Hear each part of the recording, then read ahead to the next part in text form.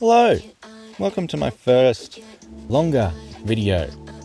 The plan for these is just to do little impressions, little conversations, very flow of consciousness type things about the games I'm playing at the moment and the games I've just finished.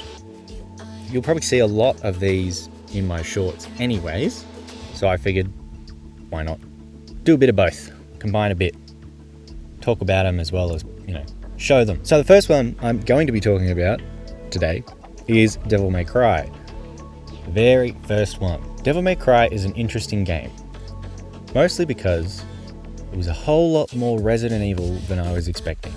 A lot of you probably know this, but for those that don't, Devil May Cry started as a Resident Evil 4, but over the development cycle, it got further and further away from what they wanted Resident Evil to be, and so it became its own thing. I knew that full well going in, but I'd never played the first one, and I'd only seen stuff based on really Devil May Cry, the reboot, and probably Devil May Cry 5, really. Those games look nothing like Resident Evil. They play nothing like Resident Evil. And so when I started this one, and I jumped in, and there was this big mansion, or castle in this case. I've got fixed camera angles, I'm fighting these zombie-like creatures, I'm doing puzzles. It was a whole lot more Resident Evil than I was expecting. Don't get me wrong, that's not a bad thing. I don't hate that.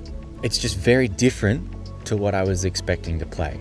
Overall, I enjoyed it. It was a fun game. Very simple to understand, and it's very clear that there's a lot of depth in it that I just didn't get. Doesn't mean I couldn't, and doesn't mean if I tried to and I wanted to, couldn't find it. I just didn't. I'm not the kind of person that wants to play over and over and over again just so I can get a better number or a better grade on my final result. I'm happy with whatever I've got. So for me, it was fun. It was great. One thing I realized is for a lot of the game, you can just kind of fly through it. A lot of the minor enemies are really easy to beat. Even if they come at you in decent waves, they're not really all that difficult. But the bosses, especially some of the later bosses, suck. And I don't mean that in like the, I don't like bosses kind of way. They just feel unfair. The slug-looking boss that you fight 3 or 4 times through a playthrough of the game is just annoying. They have the fixed camera angle thing, yeah? Which means there's one weak spot on this enemy, and I can't see it half the time. I just kind of have to be hoping I'm swinging in the right direction. And yes, the game does have like an auto lock-on, which is annoying as all crap too, because I'm trying to lock on to the enemy's weak spot.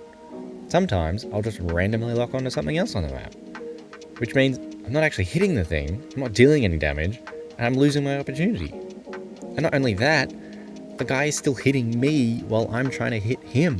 The invincibility gaps you get are really small at times. To me, that does show that the game is positioned more for a low skills floor and a high skills ceiling. Right, you learn these bosses a few times throughout the game and you feel better as you get better and better at beating them. But the last time I had to face that slug boss, I think I tried 10 times to defeat him. And my final version felt cheap. Not because I didn't beat him properly or I actually cheated or anything, but because I couldn't do it without items. Like maybe I'm just not appreciating the items that are built around that game in the first place, and that playing it on normal mode, you are supposed to be using items, but it definitely didn't feel that way. Because of course, the more items you buy, the less upgrades you can buy, which then makes the game harder in the long run. Only reason I was mainly willing to do it at that point is because I knew that it was the second or third last level. So if I lost an attack bonus or a health pickup, it wasn't really going to make a huge difference in the long run, provided I could actually finish the game. Because realistically, finishing the game was my only priority. I didn't care too much about seeing everything the game had to see or showing me everything the game had to show me, because it's just not one of those games. I don't like replaying structured levels like that. That's just not me. But in saying that, no, it's just not me. I just don't like that. The final boss Mundus, the big bad devil that you're chasing throughout the whole thing. I don't even know where to start with that boss. I didn't feel like I actually beat him properly. I felt like I just used items and scrounged through, which is a valid strategy, it's just, it feels cheap. For those that don't know, by the way, you go through the whole game playing this hack and slash, hit the X button, hit the Y button, X, Y, jump, X, little things, and you're just doing little combos, and you're throwing enemies, like it's sword-based combat with guns in there a little bit. For the final boss, they decide to throw you in to this bullet hell type situation, albeit very light on the bullet hell elements, but you're a bullet hell on-rail shooter to begin with, which sucks. Thankfully, I did discover that provided you just moved enough, it was pretty manageable, albeit annoying, but manageable. And then after that, you get back to your normal hack and slash type boss. But you can only hit him when you're in Devil Trigger. Of course, he's shooting at you from all directions. There's platforming bits that die. Like, it's really just quite frustrating. It's not impossible. I did it. Took a couple devil stars, but I did it. I was done. I was happy to be done. I was happy to be done with that boss. He was just annoying and not satisfying. The final little run was nice. I will also admit that I had to do the final level like 3 or 4 times because I couldn't figure out that final gun thing, despite the fact that I knew all I had to do was shoot, except I'd spent the whole game jumping to shoot, not standing to shoot, because there's no in-game tutorial. There's only the manual and the control things, and because I bought this game digitally, I didn't get a manual. I was just kind of figuring it out. I legitimately had to make sure, I had to look it up to make sure I was doing the right thing. Because I'd done it 4 times, it didn't work, I was shooting, and I was just like, well, what am I doing wrong? Turns out, nothing. I just had to stand and shoot instead of jump and shoot. These complaints, these little things, are just a reflection of its age and a reflection of its kind of clumsy development. It started as one thing, and it's very clear that it started as one thing, and it became something else in the middle of that production. It has all the hallmarks of a Resident Evil game, but it's not a Resident Evil game. It's its own thing. I really like the fact that they did that they shifted a lot and they went, no, we're going to move it completely away and we're going to make it its own thing. Resident Evil 4 is a great game in its own right, and it has 100% deserves to be Resident Evil 4. This one 100% deserves to be its own thing. I haven't talked about the traversal in this game. There are fixed camera angles, as I mentioned before, which is fine for a slow-paced horror game. But in a game where I'm supposed to be running around, jumping over gaps that I can't see, and trying to platform, really annoying. As I mentioned before, it's also in the final boss. Okay, story. I'll be honest, there isn't really a whole lot in the story. There's about enough justification to get Dante, our main protagonist, into the castle.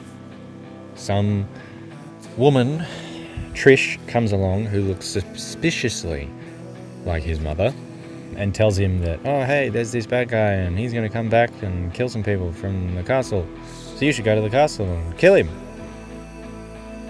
That's really it. Gets you to the castle. You spend most of the time in your castle fighting little bad guys and then bigger bad guys and doing puzzles and climbing stairs and doing whatever, as mentioned before. Eventually, you get towards the end of the game where there's finally a little bit more story. Now, for those of you that care enough to not want to get this game spoiled, you'll probably skip this little bit, but I'll be honest, it's not much. Basically, you discover that Trish is the bad guy. Well, not the bad guy, but a henchman of the bad guy. She tries to kill Dante. Dante then stops and doesn't try to kill her in reverse because, I don't know, I'm sure Freud would be happy. Basically, that happens.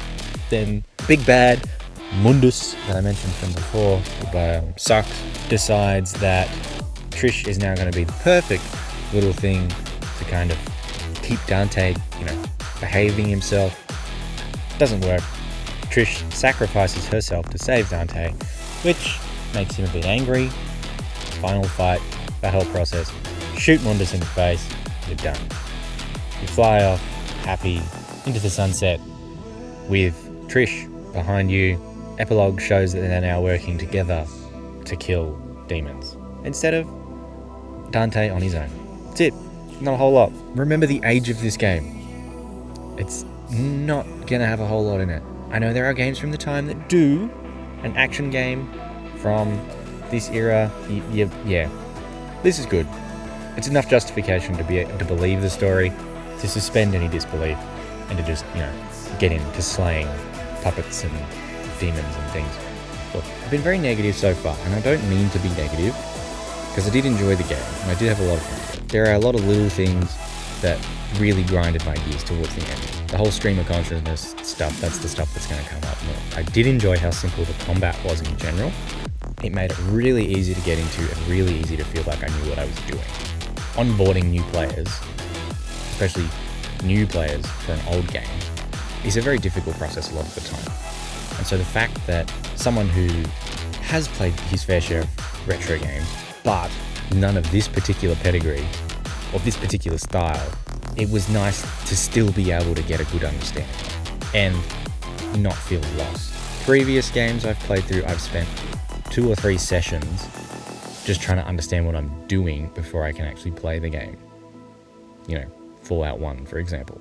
This one, I was done, I was finishing levels, I was accomplishing things straight away and feeling like an absolute badass in the process. The movement, the combat, and just mowing through those early enemies makes the game feel is great. Obviously, and I'm really hoping later in the series it kind of fixes these problems, but it's very clear that the game is more of a developmental stepping stone to something better and bigger. But the beginning of Devil May Cry 2 isn't giving me much to hope for.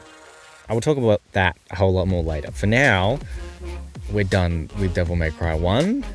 We're moving on. Thanks for listening.